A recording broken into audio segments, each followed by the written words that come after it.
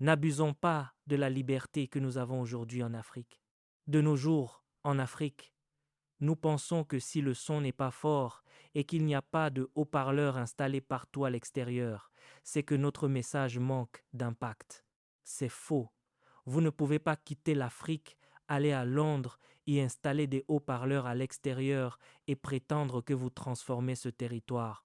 Votre voisin appellera immédiatement la police pour tapage nocturne ou trouble à l'ordre public.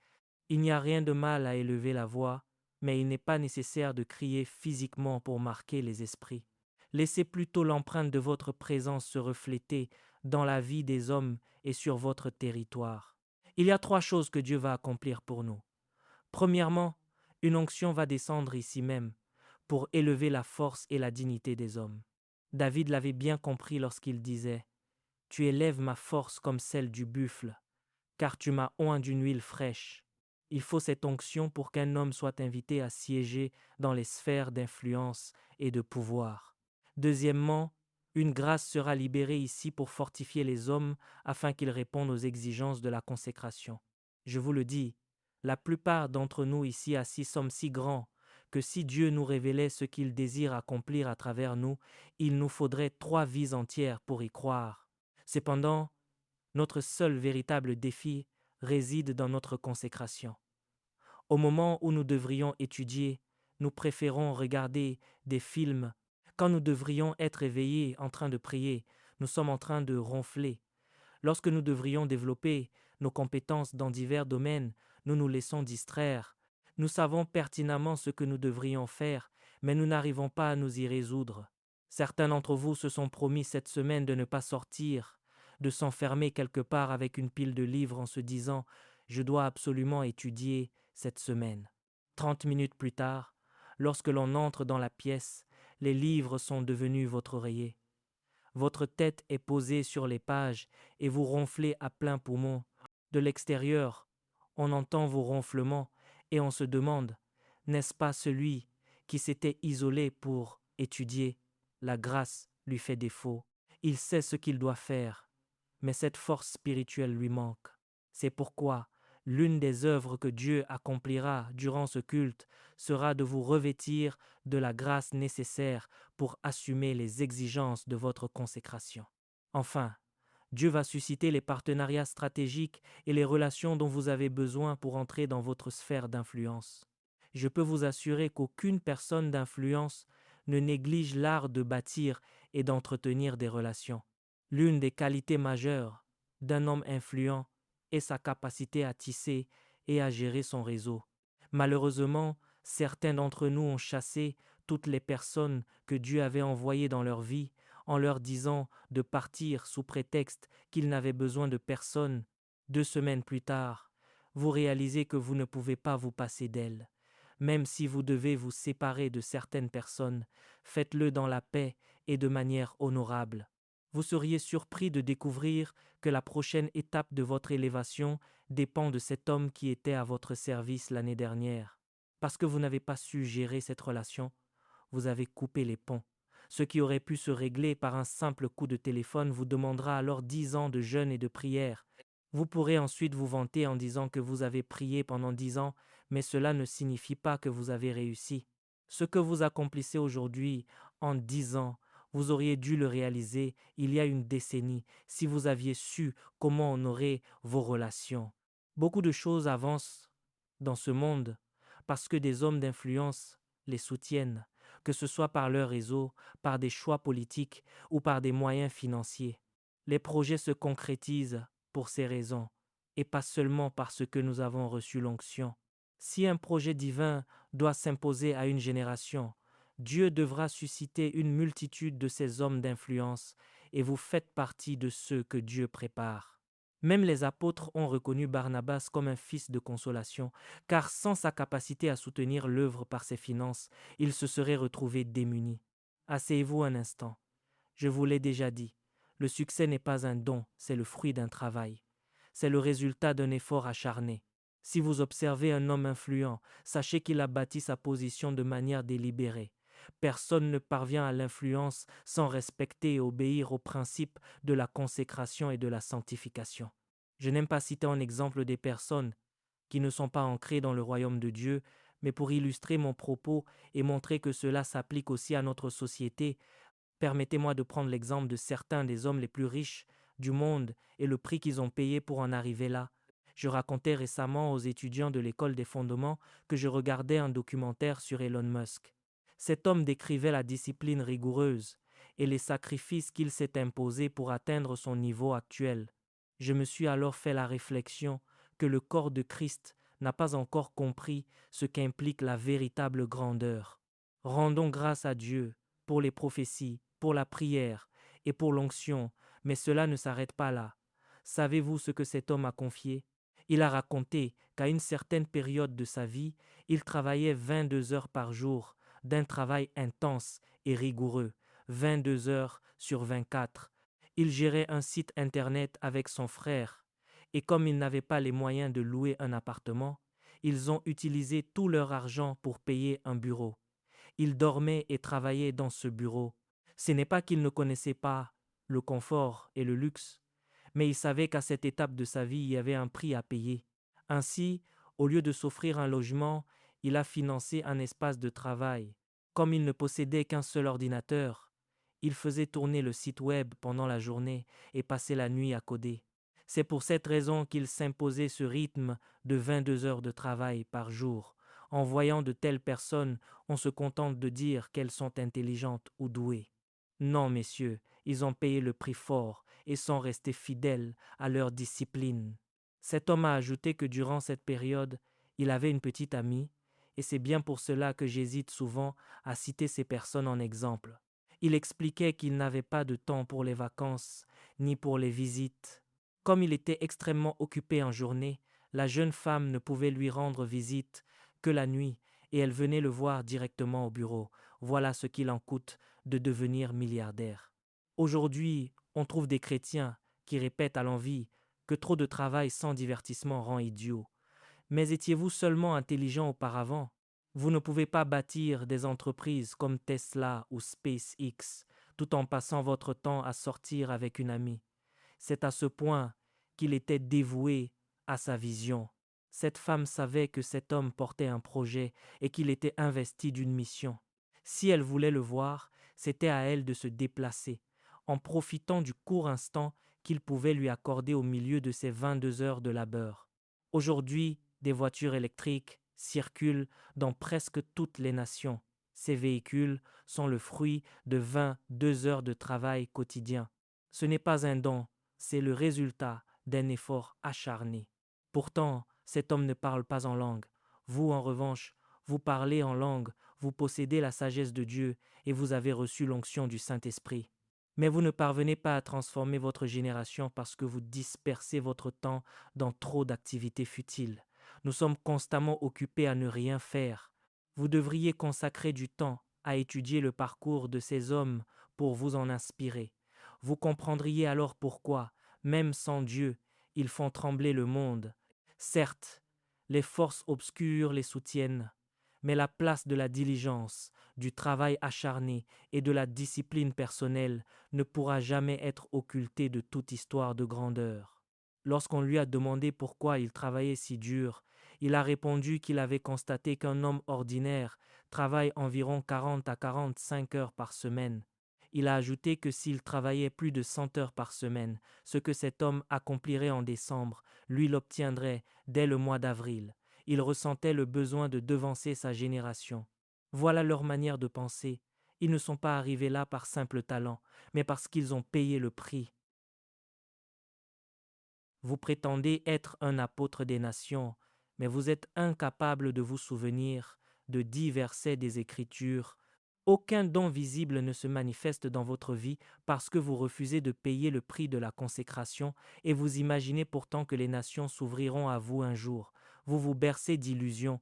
Je disais récemment sur un ton humoristique à mes intercesseurs qu'après une veillée de prière le vendredi, ils passaient tout le samedi à dormir. Quand on leur demande des comptes, ils répondent qu'ils étaient en veillée la veille. Quelle est cette habitude?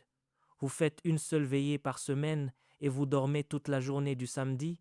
Vous n'êtes pas sérieux. Allez donc demander à ceux qui exercent un impact mondial. Il n'y a pas un seul jour où je me couche avant 2 heures du matin. C'est impossible.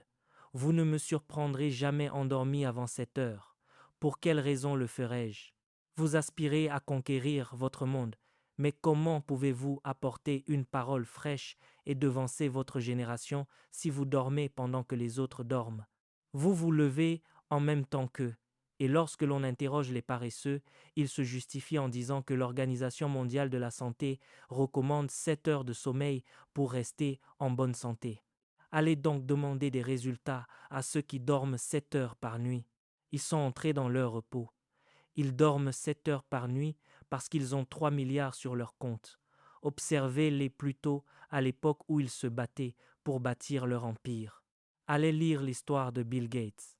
L'un de ses amis racontait que parfois, lorsqu'on entrait dans son bureau pendant sa pause de 2 heures l'après-midi, on le trouvait endormi à même le sol, sous sa table. Il dormait là parce qu'il avait l'habitude de travailler jour et nuit. Ces hommes ne font pas partie du royaume de Dieu, ils ne sont pas oints, le christianisme n'est même pas leur religion.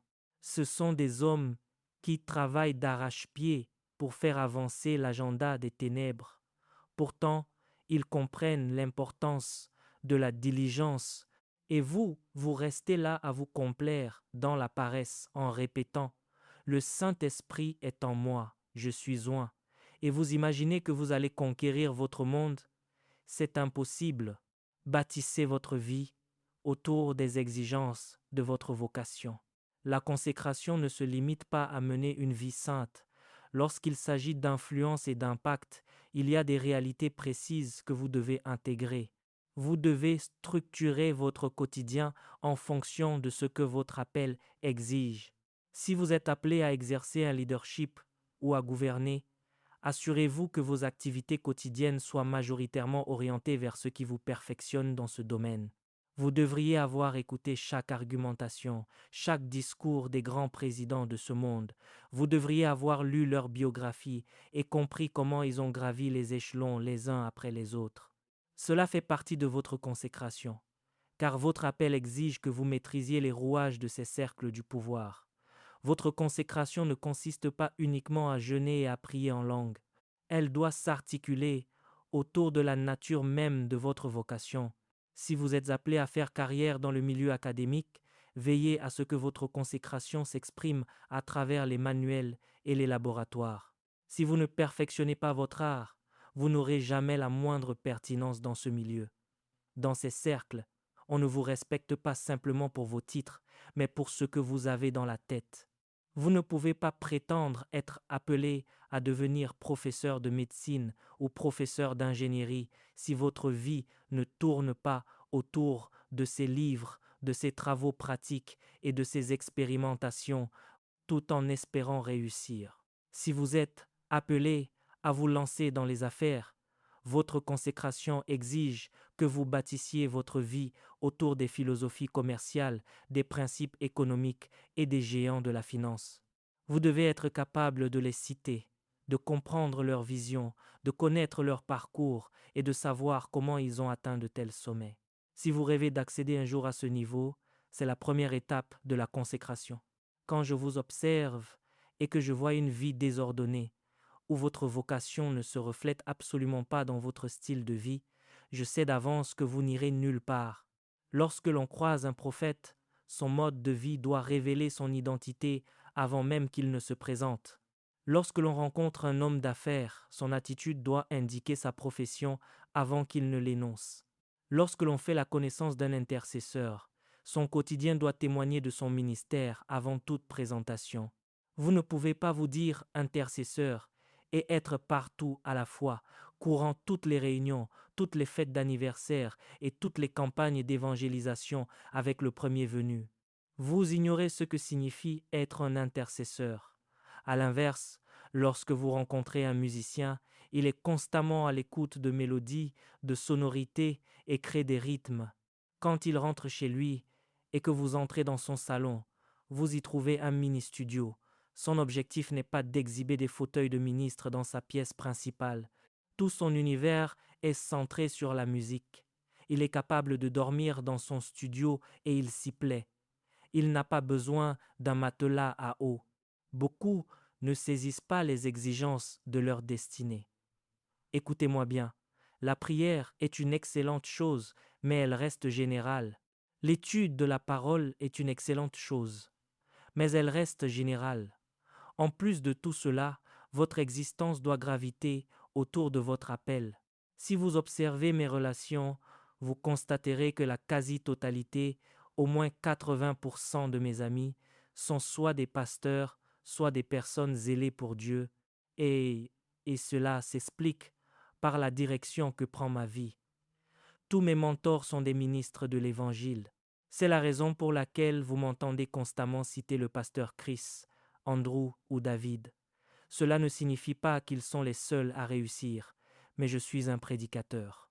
Toute ma vie est donc construite autour d'eux.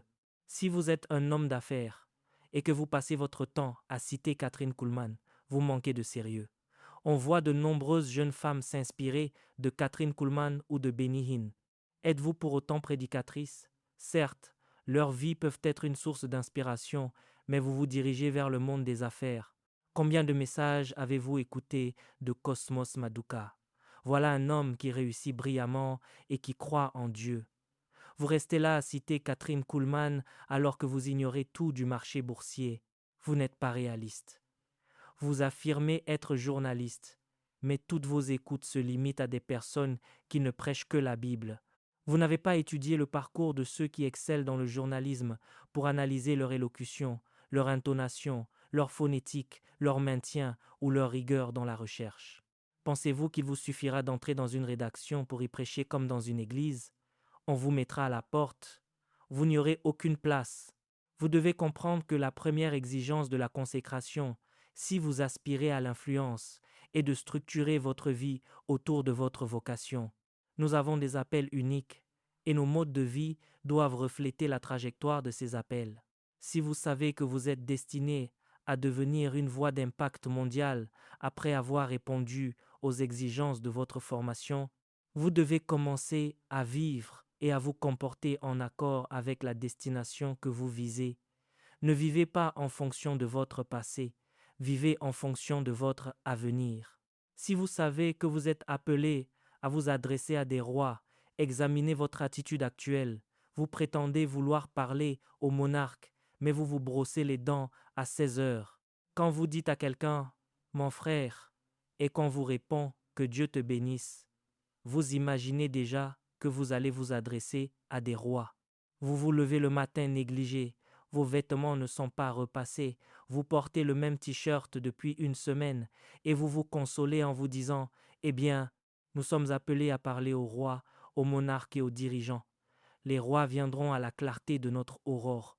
S'ils s'approchent et que votre haleine est repoussante, ils s'en iront aussitôt.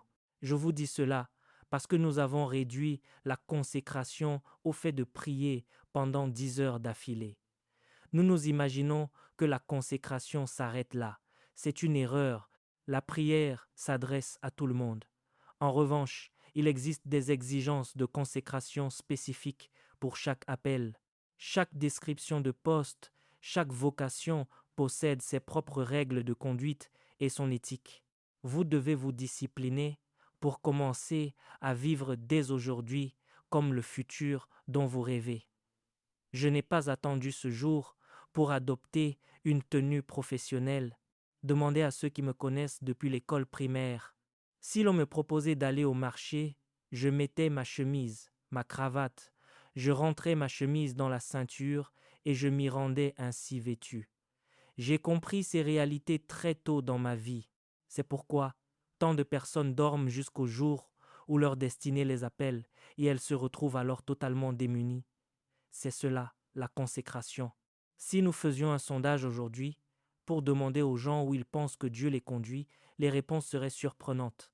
Beaucoup vous diraient « Dieu m'a révélé que je suis appelé à former des présidents ». Vous devez former des présidents, soit, mais combien d'ouvrages sur le leadership avez-vous lu? On vous répondra « Eh bien, le Saint-Esprit me l'a dit ». Si le Saint-Esprit vous parle, il vous encouragera à lire, car pour s'adresser à des présidents, il faut avoir enrichi son esprit. Parfois, la personne qui prétend être appelée à parler au chef d'État se présente avec une chemise froissée. Ce n'est pas par manque de moyens, c'est simplement par négligence personnelle. Et c'est un président chargé de la gestion de toute une nation que vous prétendez former.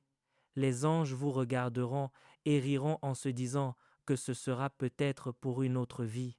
Vous êtes appelé à former des présidents et vous vous présentez dans cet état. Combien de présidents avez-vous écoutés pour comprendre leur mode de pensée? Pas un seul. Nous utilisons la religion pour masquer nos lacunes, mais nos échecs finissent par nous révéler que nos connaissances actuelles sont inefficaces.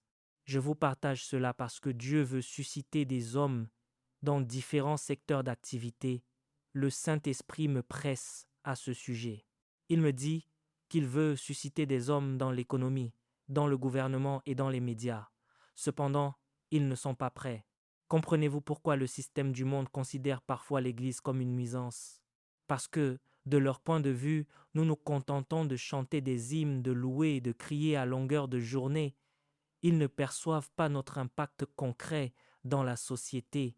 Une génération doit se lever, dotée du pouvoir d'apporter des changements tangibles, physiques et existentiels dans la société. Ainsi, lorsqu'on entendra parler d'une réforme politique qui a fait progresser la société, on pourra en faire remonter l'origine à un homme qui porte le nom du Seigneur.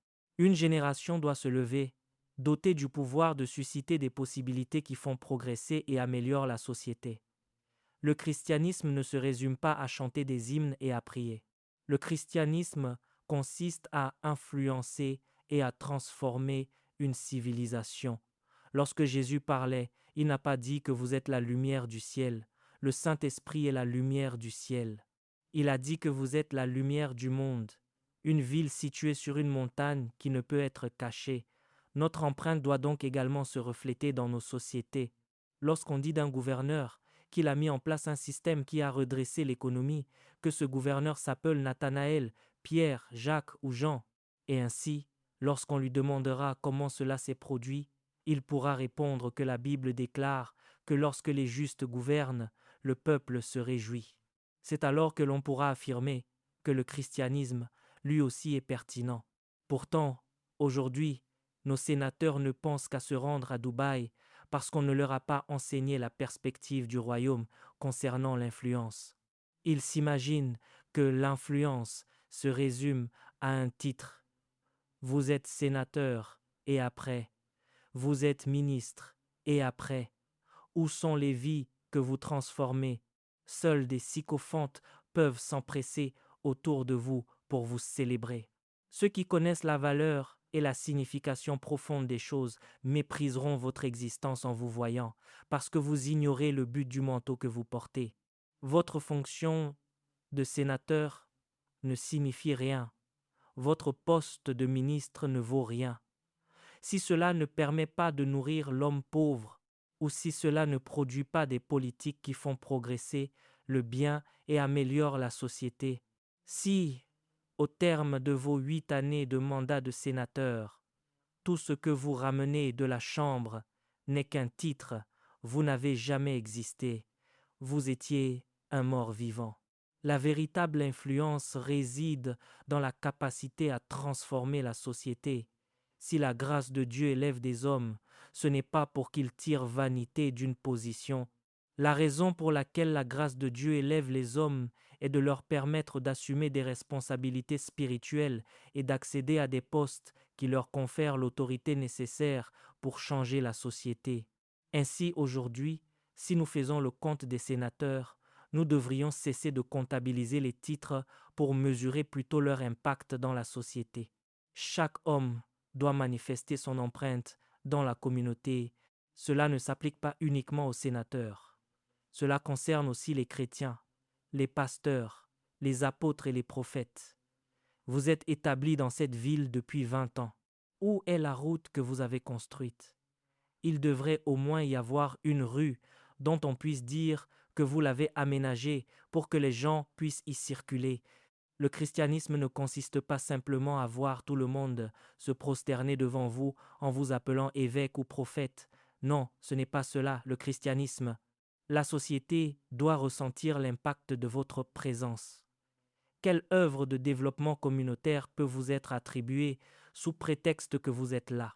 200 000, 300 000 ou 500 000 personnes se rendent à l'église, mais nous ne voyons pas de création d'emplois. Nous ne voyons aucun orphelinat soutenu, aucune route aménagée, aucune amélioration du réseau électrique. Alors, pourquoi êtes-vous là? Que signifie être la lumière du monde? Cela ne consiste pas seulement à prêcher Christ, mais aussi à influencer la société. Dès que nous assumerons notre rôle dans l'amélioration de la société, vous verrez que celle-ci n'aura d'autre choix que de respecter notre Jésus et notre système de croyance. Ils sauront alors que nous façonnons l'économie et que nous forgeons la civilisation. Aujourd'hui, je peux vous affirmer que de nombreuses nations du monde ont fondé leurs idéologies sur les lois de Moïse. C'est ainsi que tout a commencé. Le christianisme est venu structurer la société. Le Seigneur a dit à Moïse de leur enseigner des lois, des ordonnances et des préceptes, des principes capables de façonner la société afin qu'ils ne soient pas inutiles là où ils se trouvent.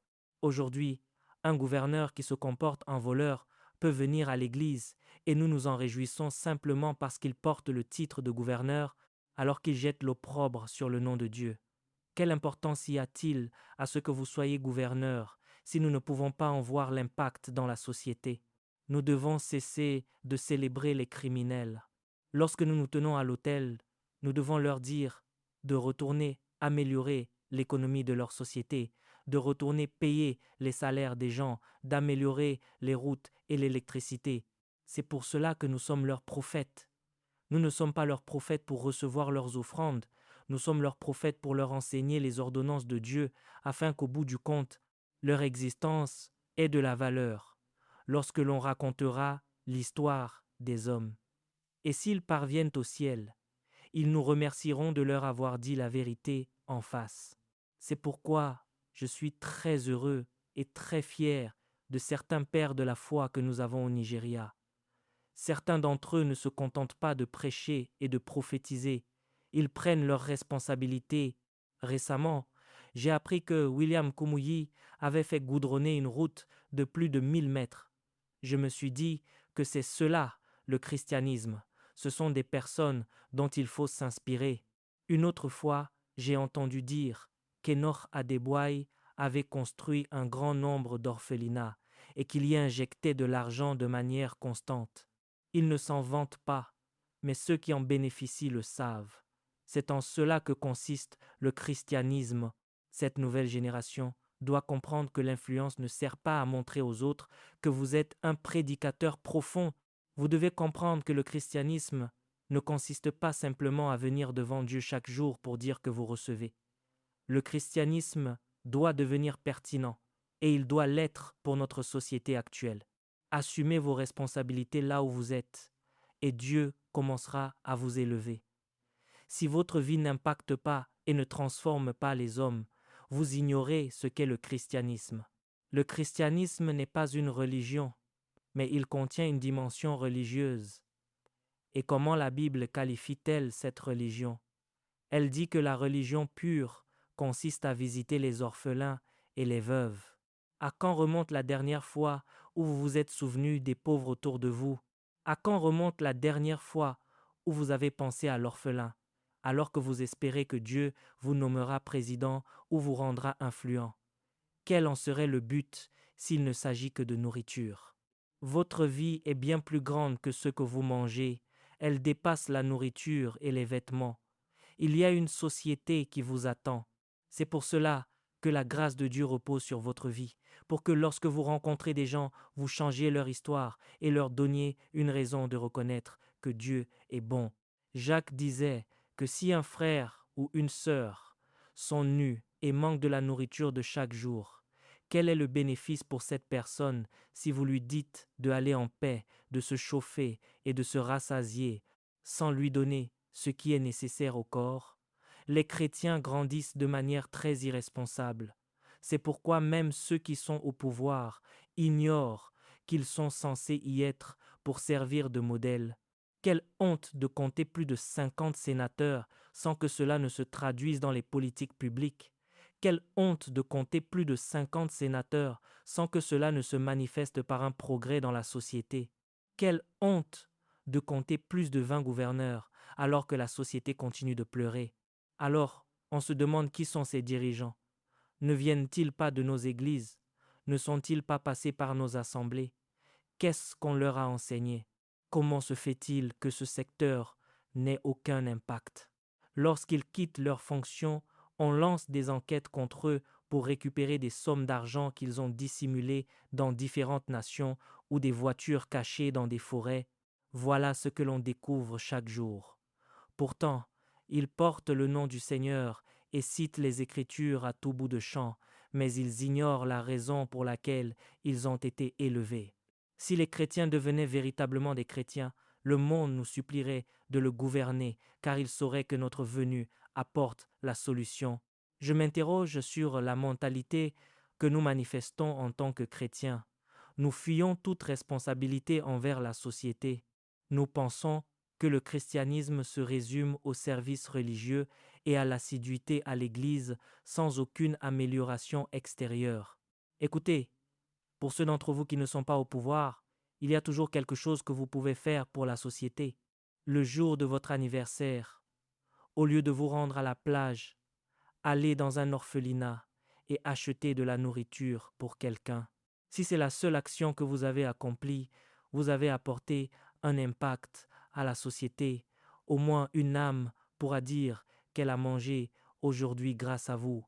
Vous n'avez pas besoin d'être sénateur ou gouverneur pour influencer la société.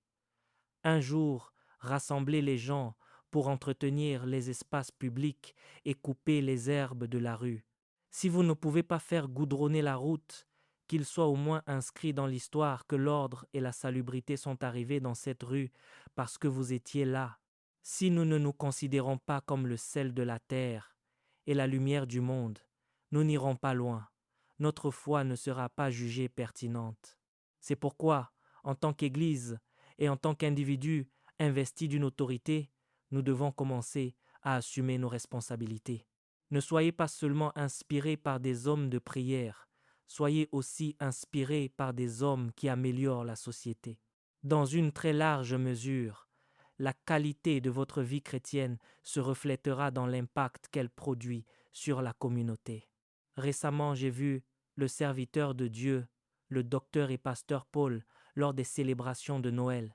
On avait apporté des cargaisons de riz dans un camion et il les distribuait lui-même aux côtés de son épouse. En regardant cette scène, le Seigneur m'a parlé et m'a dit « Voilà le véritable christianisme.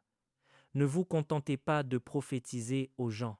Certains d'entre eux ont besoin de nourriture, d'autres ont besoin que l'on paye leurs frais d'hospitalisation ou leurs frais de scolarité. Il m'a dit « Cela fait partie intégrante du christianisme. Prends exemple sur de telles personnes. C'est ainsi que vous devenez pertinent. En répondant aux besoins des gens, vous devenez la réponse à leurs prières. La plupart des réponses aux prières qui montent vers le ciel ne descendent pas directement du ciel. Ces réponses viennent des hommes.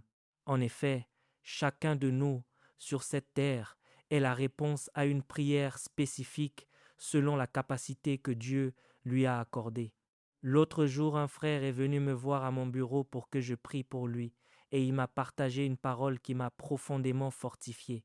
Il m'a raconté que très souvent, lorsque Dieu lui donne de l'argent, le Seigneur lui demande aussitôt de le donner à une personne ou à une organisation précise. S'il hésite, son esprit devient profondément agité jusqu'à ce qu'il s'exécute. Un jour, il a demandé à Dieu « Pourquoi passes-tu ton temps à me donner de l'argent si tu ne me laisses jamais répondre à mes propres besoins ?» Et Dieu lui a répondu « Tu es un fonds de prévoyance. Chaque fois que je te confie des ressources, je fais de toi la réponse à la prière de quelqu'un. Ces personnes attendaient l'apparition d'un ange, et c'est toi qui es apparu. Ainsi, chaque fois que vous agissez de la sorte, vous devenez la réponse à la prière de quelqu'un. Vous êtes la raison pour laquelle ces personnes croient en l'existence de Dieu. Lorsqu'elles priaient pour obtenir de la nourriture, Elles ignoraient comment elle arriverait, mais après leur prière, vous vous êtes présentés avec de quoi manger. Vous leur prouvez que Dieu exauce encore les prières. Votre existence devient alors pertinente, non seulement pour Dieu, mais aussi pour les hommes. L'influence, c'est cette capacité d'impacter les hommes et de transformer leur vie. Troisièmement, qu'est-ce que l'influence? L'influence est la capacité de parler et de voir les choses s'accomplir. C'est le pouvoir de changer le statu quo, de provoquer l'ouverture des portes et de transformer le visage des systèmes et des territoires. Cette dimension relève d'un ordre supérieur d'influence. Vous ne pouvez pas opérer dans cette dimension tant que vous n'occupez pas une position de pouvoir. Comprenez-vous maintenant pourquoi l'onction élève les hommes? Voyez-vous pourquoi Dieu utilise toutes les formes de grâce pour accorder de l'élévation? C'est parce que nos actions restent limitées tant que nous ne disposons pas d'hommes au pouvoir qui d'une seule parole peuvent changer le cours des choses. Imaginez si nous avions des dirigeants qui ne soient pas seulement conscients et jaloux du pouvoir qu'ils détiennent, mais qui comprennent la nature de Christ, sa miséricorde et sa compassion. Imaginez si de tels hommes étaient au pouvoir. La société se porterait bien mieux.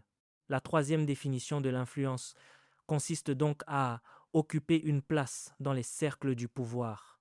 Écoutez-moi bien, c'est pour cette raison que la plupart d'entre vous deviendront des gouverneurs.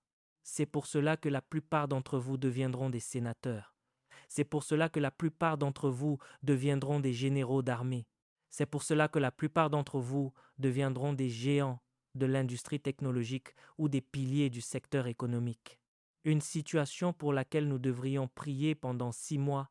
Si nous avions quelqu'un à la présidence, cet homme la réglerait en une seule minute. La raison pour laquelle nous passons parfois notre temps à prier sans relâche est que nous n'avons personne dans les cercles du pouvoir. Certaines prières ne seraient pas nécessaires si nos hommes occupaient ces postes. Imaginez une église se réunissant en veillée de prière pendant 6 mois pour obtenir le changement d'une seule loi. Si le président du Sénat appartient au royaume, il lui suffit d'en parler à quelques sénateurs, de tenir une seule réunion pour modifier cette loi, trancher la question et clore définitivement le sujet. S'il y a une époque où l'Église a besoin d'hommes au pouvoir, c'est bien aujourd'hui, car nous approchons de la fin des temps et le diable excelle dans l'art d'élever ses propres ambassadeurs. Seule l'Église s'imagine encore que tout se règle par le jeûne et la prière. De nombreuses situations ne sont pas censées trouver de réponse dans le jeûne et la prière, mais par l'action des gouverneurs, des présidents et des milliardaires. Certaines réalités ne peuvent être réglées que par des milliardaires, je vous le dis. Si vous le souhaitez, priez pendant 1 an, mais si aucun milliardaire ne se lève, rien ne se fera. Certaines choses ne dépendent que des présidents. Si vous n'avez pas l'oreille d'un président, vous n'obtiendrez jamais de réponse. Alors, au lieu de prier pendant 8 ou 9 mois, qu'un président s'élève du milieu de nous, qu'un gouverneur s'élève de nos rangs, savez-vous pourquoi? Parce que Dieu ne viole jamais la volonté des hommes. C'est une démarche qui exige l'exercice de la souveraineté. C'est pourquoi, très souvent, lorsque vous formulez une prière qui dépend de la volonté d'un autre homme, cela prend du temps, car il n'entre pas dans les intentions de Dieu de modifier constamment la volonté humaine. Il n'a pas créé des robots, il a créé des hommes. Afin de ne pas toujours solliciter la souveraineté de Dieu, laissons ces leaders émerger du milieu de nous. Si nous avons un gouverneur, nous pourrons lui dire que le peuple souffre dans cet état et qu'il faut payer les salaires. Nous n'aurons plus besoin de voir 5, 10 ou 20 églises prier pendant 6 mois pour des salaires impayés. Lorsque l'église devient influente, ses membres occupent des positions de pouvoir. Vous tous que Dieu envoie dans ces sphères, réjouissez-vous et donnez le meilleur de vous-même. Connaissez-vous le problème de l'église? Dès qu'un jeune homme est embrasé par le feu divin, la première réaction est de l'ordonner apôtre ou prophète. La plupart de nos politiciens portent aujourd'hui un col pastoral, alors qu'ils ne sont pas destinés à servir à l'autel. C'est pourquoi, lorsqu'ils montent ici, ils font de la politique au lieu de prêcher Christ. La plupart de nos hommes d'affaires portent des titres de prophètes. alors qu'il devrait aller sur le marché pour gagner de l'argent. C'est là que Dieu vous a envoyé. Votre grâce, votre compétence et votre talent se déploient dans le monde des affaires. Ce feu ne vous a pas été donné pour prêcher depuis une chaire, mais pour prendre le contrôle du marché boursier, pour investir les cercles politiques et pour intégrer l'armée. Voilà pourquoi Dieu a mis ce feu sur votre vie. Même s'il vous arrivait de voir 10 anges, cela ne signifie pas pour autant que vous êtes prophète. Cela signifie que vous êtes un homme d'affaires habile et hautement inspiré. Cela signifie que lorsque vous observez le marché boursier, vous ne vous contentez pas de lire les graphiques, vous lisez aussi l'écriture de l'esprit. C'est pour cette raison que les anges sont venus vous donner une longueur d'avance sur le marché. Ne vous laissez donc pas détourner de votre trajectoire sous prétexte que vous êtes embrasé. Vous pouvez prier en langue pendant 10 heures d'affilée et être sénateur. Vous pouvez prier en langue pendant 10 heures d'affilée et être homme d'affaires, car il n'y a pas que des apôtres à l'autel, il y a aussi des apôtres sur le marché. Cependant, vous y allez avec la conscience du royaume, avec la certitude d'être un ambassadeur. Nous nous imaginons que tous ceux qui gouvernent sont corrompus et que la politique est réservée aux hommes charnels. C'est pourquoi certains refusent de s'associer de près ou de loin au gouvernement, affirmant qu'il s'agit d'un jeu d'argent sale. Ce milieu est impur, simplement parce que les personnes qui y évoluent sont impures. Si des hommes intègres y entrent, ce milieu deviendra saint. Cela implique d'obéir à la loi, cette directive unique et spécifique que Dieu vous a donnée. Il ne s'agit pas ici d'une doctrine générale, mais d'une instruction personnelle. 10 apôtres peuvent se tenir ici, mais ils auront des consécrations différentes. Un apôtre aura un appel prophétique et sa consécration consistera à discerner les sons spirituels. Un autre apôtre aura un appel à l'enseignement et sa consécration tournera autour de l'étude. Un autre apôtre aura un ministère de guérison et sa consécration sera axée sur la puissance. Un autre encore sera chantre et sa consécration s'exprimera à travers la mélodie. Aucune personne n'aura des consécrations identiques à une autre. Ainsi, un homme est consacré lorsqu'il devient obéissant aux lois que Dieu lui a données de manière unique pour sa vocation et son but. Puis-je vous montrer quelque chose? Dans le livre des Juges, au chapitre 13, verset 5, vous pouvez observer la consécration spécifique de Samson. Il est écrit « Car tu vas devenir enceinte et tu enfanteras un fils. Le rasoir ne passera point sur sa tête, parce que cet enfant sera consacré à Dieu dès le ventre de sa mère. Et ce sera lui qui commencera à délivrer Israël de la main des Philistins. » Si vous vous levez aujourd'hui en déclarant que vous ne vous couperez plus les cheveux, vous vous bercez d'illusions. Pour Samson, la loi concernait quoi? Le rasoir. Le rasoir ne devait pas passer sur sa tête parce qu'il était naziréen. Cette consécration n'est pas une doctrine générale, c'est l'exigence unique que Dieu lui a imposée pour sa vocation. Il y a beaucoup de personnes à qui Dieu a donné des consécrations particulières. Il a dit à certaines d'entre elles de lire un livre par semaine pendant les 3 prochaines années, et c'est ce qu'elles font. Chaque personne influente possède sa propre consécration. Observez la vie de Joseph. Sa consécration était la pureté. S'il touchait à une femme, tout était fini pour lui. Ainsi, lorsque la femme de Potiphar s'est jetée sur lui, comme le rapporte la Genèse au chapitre 39, verset 9, il a répondu « Comment ferais-je un aussi grand mal et pécherais-je contre Dieu ?» Il savait qu'il s'agissait là de sa consécration personnelle. La pureté n'est pas simplement une règle générale que l'on suit en tant que chrétien. Toute sa vie était ancrée sur ce principe. Si vous observez la vie d'Esther, sa consécration résidait dans le jeûne. Elle a demandé d'observer un jeûne de 3 jours pour elle. Ces personnes comprenaient leur consécration. Si vous observez Daniel, sa consécration était la prière. La Bible dit que 3 fois par jour, Daniel priait en se tournant vers Jérusalem. Si Daniel ne le fait pas, cela devient un péché. Le prophète Samuel disait aussi « Loin de moi la pensée de pécher contre l'Éternel en cessant de prier pour vous. Prier pour les autres est une marque de maturité, et cela n'est pas censé être un péché. Cependant pour Samuel, en raison de son appel, s'il manquait de prier pour Israël, cela devenait un péché. C'est une consécration unique.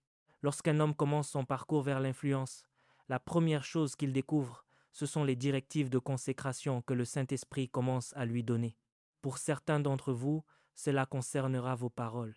Lorsque vous prononcerez certaines phrases, le Saint-Esprit sera si attristé que vous devrez vous repentir et parfois accomplir une pénitence avant de retrouver la paix. En effet, là où Dieu vous conduit, une grande autorité reposera sur vos paroles. C'est pourquoi Dieu établira de nombreuses lois autour de votre façon de parler. Une autre personne pourra dire la même chose sans que cela ne pose de problème, mais si vous la prononcez, le Saint-Esprit sera attristé. Pour d'autres, vu la direction que prend votre vie, votre consécration consistera à étudier. Chaque jour, Dieu vous presse en vous disant de lire un livre. Vous vous demandez alors, « Je viens tout juste de terminer un livre, puis-je me reposer ?» Il n'y a pas de temps à perdre là où vous allez. Vous êtes appelé à vous adresser à une génération entière. Vous avez besoin d'une grande quantité de matières premières pour que la sagesse puisse couler à travers vous. Voilà votre consécration. Pour beaucoup d'entre vous, votre consécration consistera à ne pas vous faire d'amis, car les amitiés peuvent devenir une source de distraction. Vous vous retrouverez donc en retrait. Ce n'est pas parce que vous êtes de nature introvertie, mais parce que vous devez acquérir une maîtrise spirituelle. Vous devez apprendre à marcher avec les anges, à interagir avec le royaume céleste, et la fréquentation constante des hommes deviendrait une distraction. C'est pourquoi vous vous retrouverez souvent seul dans votre chambre. Parfois, vous ne serez même pas en train de prier, mais vous serez incapable de socialiser. Non pas que fréquenter les gens soit un péché, mais c'est votre consécration unique. Si vous aspirez à l'influence, vous devez y obéir. Si vous n'y obéissez pas, vous ne parviendrez jamais à votre but. Le jour où vous violez cette consécration, ce jour-là, votre influence commencera à décliner. Dès que les cheveux de Samson ont été coupés, il est instantanément devenu une marionnette. Comme le rapporte le livre des Juges au chapitre 16, versets 10, 9 et 20, il s'est dit qu'il s'en sortirait comme les autres fois et qu'il se dégagerait. Mais la Bible précise qu'il ne savait pas que l'Esprit de l'Éternel s'était retiré de lui. Il avait violé sa consécration. C'est pour cette raison que pour certains d'entre vous, le jour où vous êtes tombé dans la fornication, la voix de Dieu s'est soudainement tue. Vous ne pouviez plus entendre Dieu parce que votre consécration était intimement liée à votre pureté. C'est pourquoi, pour d'autres, le jour où vous avez menti et parlé avec arrogance, vous avez constaté que l'onction a diminué, car votre consécration est bâtie sur la vérité. Si vous y prêtez attention, vous le constaterez et vous marcherez en conséquence. La consécration d'une personne peut être un péché pour une autre. Il y a des individus dont la consécration consiste à donner à chaque personne pauvre qu'ils croisent, peu importe la somme, en raison de la destination que Dieu leur réserve. Ils donnent de manière démesurée, sans même comprendre pleinement pourquoi, mais c'est lié à leur avenir. Si votre consécration exige que vous ne dormiez pas, vous feriez mieux de payer le prix de rester éveillé. Si vous dormez maintenant, vous vendez votre avenir. Même si vous n'êtes pas en train de lire ou de prier, restez éveillé. C'est votre consécration. Peut-être qu'une visitation divine vous a été réservée et c'est le jour où vous cédez au sommeil que vous la manquez. Vous vous demanderez ensuite pourquoi votre vie est si insignifiante. C'est simplement parce que vous avez violé votre consécration. Le principe de la consécration est indispensable pour obtenir l'influence. Dans l'Évangile selon Jean, Jésus s'est rendu auprès de Jean-Baptiste pour être baptisé. Jean-Baptiste s'y opposait en disant « C'est moi qui ai besoin d'être baptisé par toi. » Mais Jésus lui répondit « Laisse faire maintenant, car il est convenable que nous accomplissions ainsi tout ce qui est juste. » Il a réussi ce test. L'Esprit l'a ensuite conduit dans le désert pour être tenté par le diable. Après avoir jeûné 40 jours et 40 nuits, Au moment où il est redescendu, il s'est écrié, afin que s'accomplisse ce qui avait été annoncé par Ésaïe, le prophète, le peuple de Zabulon et de Nephtali, de la contrée voisine de la mer, au-delà du Jourdain, la Galilée des gentils, ce peuple, assis dans les ténèbres, a vu une grande lumière. Et au verset 15 du chapitre 4 de Matthieu, la Bible déclare soudainement que sa renommée se répandit partout. L'influence s'est manifestée dès lors qu'il a respecté les exigences de la consécration. Ainsi, la consécration et la sanctification constituent le premier principe de l'influence. Qu'est-ce que la sanctification? C'est le refus de se laisser souiller par la corruption de son environnement ou de sa génération.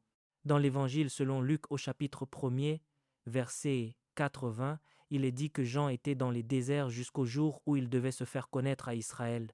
Si vous permettez à votre génération de vous corrompre, vous ne pourrez pas la diriger. Le livre de Daniel, au chapitre 1er, évoque cette réalité.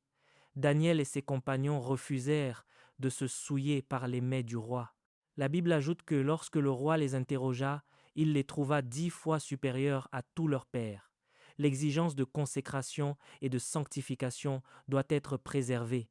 Beaucoup d'entre nous affirment aujourd'hui qu'ils sont la prochaine voix de leur génération, mais notre vie dans l'ombre est méprisable. Nous nous imaginons pouvoir la cacher aux hommes. Mes frères et sœurs, vous ne pouvez rien cacher aux esprits. Ils voient, ils savent et ils vous suivent. Si c'est Dieu qui doit vous rendre influent, vous ne pourrez pas échapper au principe de la consécration et de la sanctification. Deuxièmement, quel est le principe fondamental de l'influence? C'est le principe du service et de la vertu. Vous ne pouvez pas être influent à moins de commencer à répondre aux interrogations de l'humanité. L'influence ne cherche pas des occasions de se donner en spectacle. L'influence recherche des problèmes à résoudre. Ainsi, lorsqu'un homme est influent, ce n'est pas en raison de la couleur de sa peau ou du nom qu'il porte. C'est parce que chaque fois que son nom est prononcé, il est associé à une crise qu'il désamorce. Il est devenu la réponse à un problème de l'humanité. Par conséquent, si vous voulez être influent, vous devez développer vos capacités pour devenir un résolveur de problèmes. Observez toutes les grandes figures de la société actuelle. Elles incarnent des solutions face aux crises humaines. C'est la raison de leur position, tant dans le royaume que dans le monde. Des hommes comme Bill Gates ou Mark Zuckerberg ont résolu le problème de la communication. C'est pourquoi ils occupent cette place. Ils ne sont pas là simplement parce qu'ils sont américains, mais parce qu'ils ont apporté une réponse à un besoin de l'homme. Si vous voulez être influent, vous devez identifier une crise ou un problème au sein de l'humanité et y apporter une solution. L'influence n'est pas un don. Elle est le résultat de la résolution de problèmes complexes. Les hommes qui comprennent les rouages de l'influence cherchent jour et nuit des questions auxquelles répondre. C'est pourquoi, dans la plupart des méga-organisations, l'intérêt se porte uniquement sur les personnes capables de poser les bonnes questions. Elles veulent savoir si vous avez cette faculté, car les réponses ne sont que des réactions aux questions. Ces entreprises paient des gens pour formuler des questions. Elon Musk racontait que lorsqu'il conçoit un produit et le présente à ses amis, il leur dit de ne pas lui exprimer ce qu'ils aiment, mais plutôt ce qu'ils n'aiment pas. Il agit ainsi parce qu'il sait que son élévation dépend de sa capacité à répondre aux problèmes et aux interrogations de l'humanité. Et encore une fois, ces hommes ne sont pas des ambassadeurs du royaume.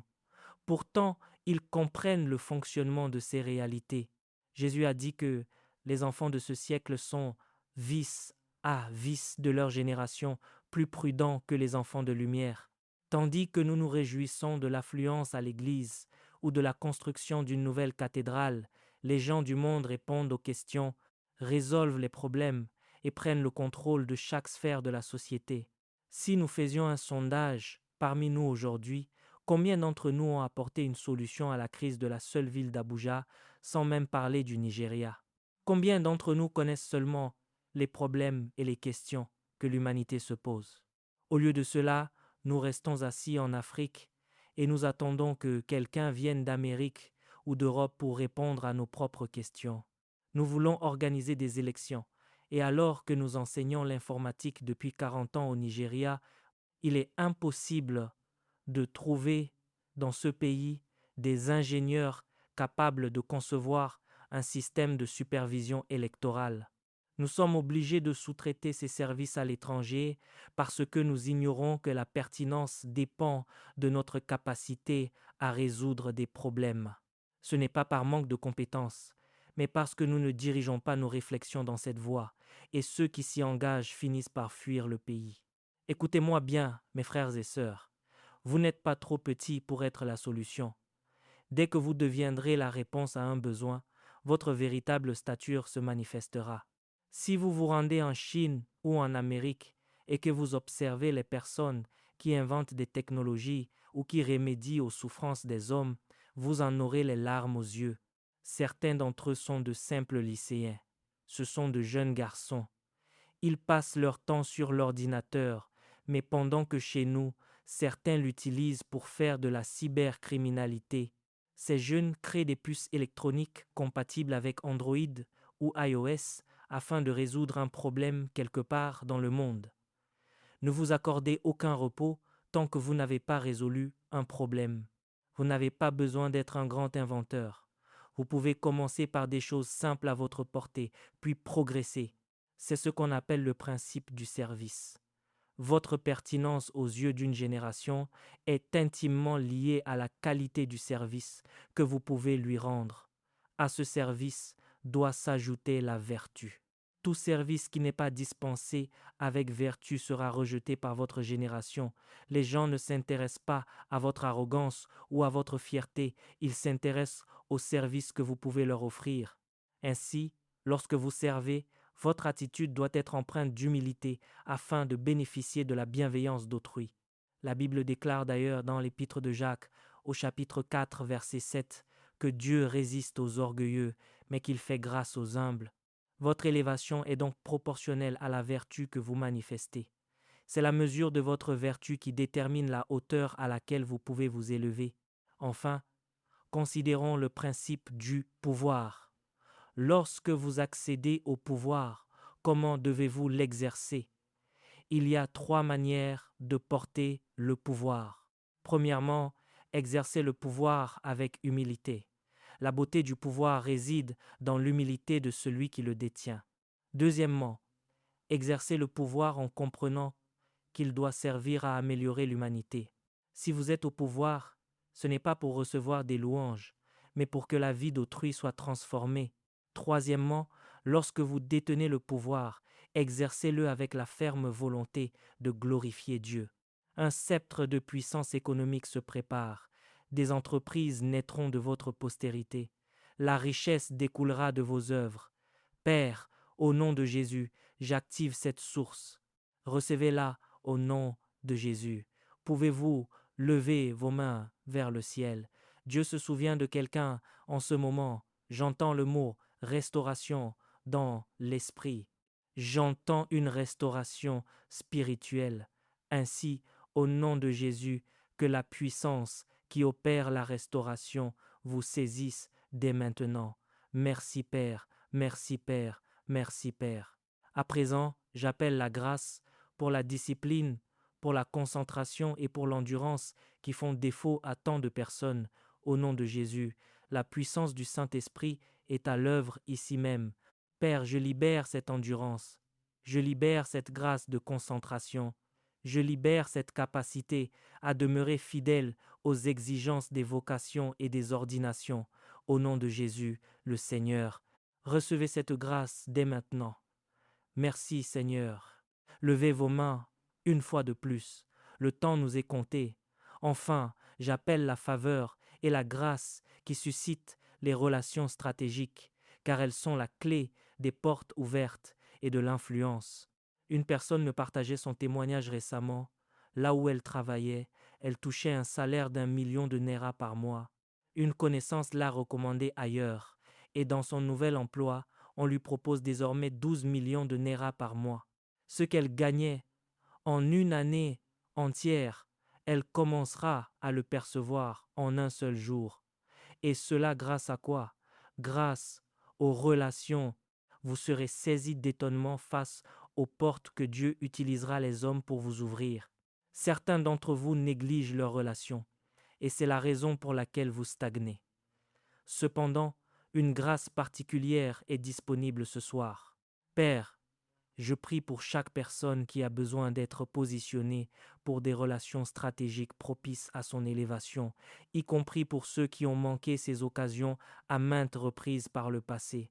Maintenant, par la puissance de la grâce et par l'onction, je reprogramme, je recalibre et je réaligne les trajectoires. Recevez cette grâce dès maintenant.